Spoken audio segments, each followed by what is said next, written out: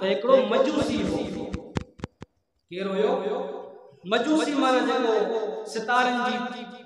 पूजा करे गैर मुस्लिम काफिर रमजान जो महीनो जे उन जो पुट रासो बाजार में सरेआम बिठो खाए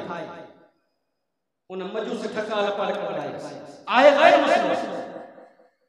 तो की शर्म न तो अचे मुसलमानन जे रोजन जो महीनो आ तो काई पीतो सरेआम बस या गाल की खत्म थी उन कोठ में परसाए खुदा जो प्यारो रहंदो वो मजूसी मरी वियो उन बुजुर्ग के ख्वाब में वो मजूसी आई इसे तो जन्नत में बिठो घुमे पूछा तो करे इस मजूसी तू तो गैर मुस्लिम मां तू जो जन्नत सा छा तू के तो जन्नत में घुमी जे वाकई मां मजूसी वाकई मां गैर मुस्लिम हुयस जिंदगी मुजी गुनाहन में शिरक में अची वई पर आखिरी टाइम जरे आयो न अल्लाह ताला मुखे कलमो नसीब कयो छो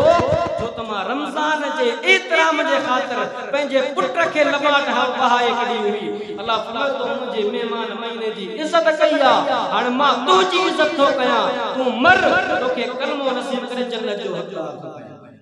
सो अदा एतराम करण जो इयो अजर आ इयो सवाब आ अल्लाह ताला असा के इन रमजान जे एहतराम करण जी तौफीक अता फरमाए जेके रोजा कज़ा थया उन के बीर कज़ा कदासी जेके आइंदा आहन ये बेली रखो नमाज में पढ़ूं मस्जिद के भी आबाद कयो इंशाअल्लाह ताला अल्लाह ताला सा तवा सभी जो दुनियावी मुसीबतों परेशानी दूर फरमाइंदो व आखिर दावाना अल्हम्दुलिल्लाह जिंदो सुन्नत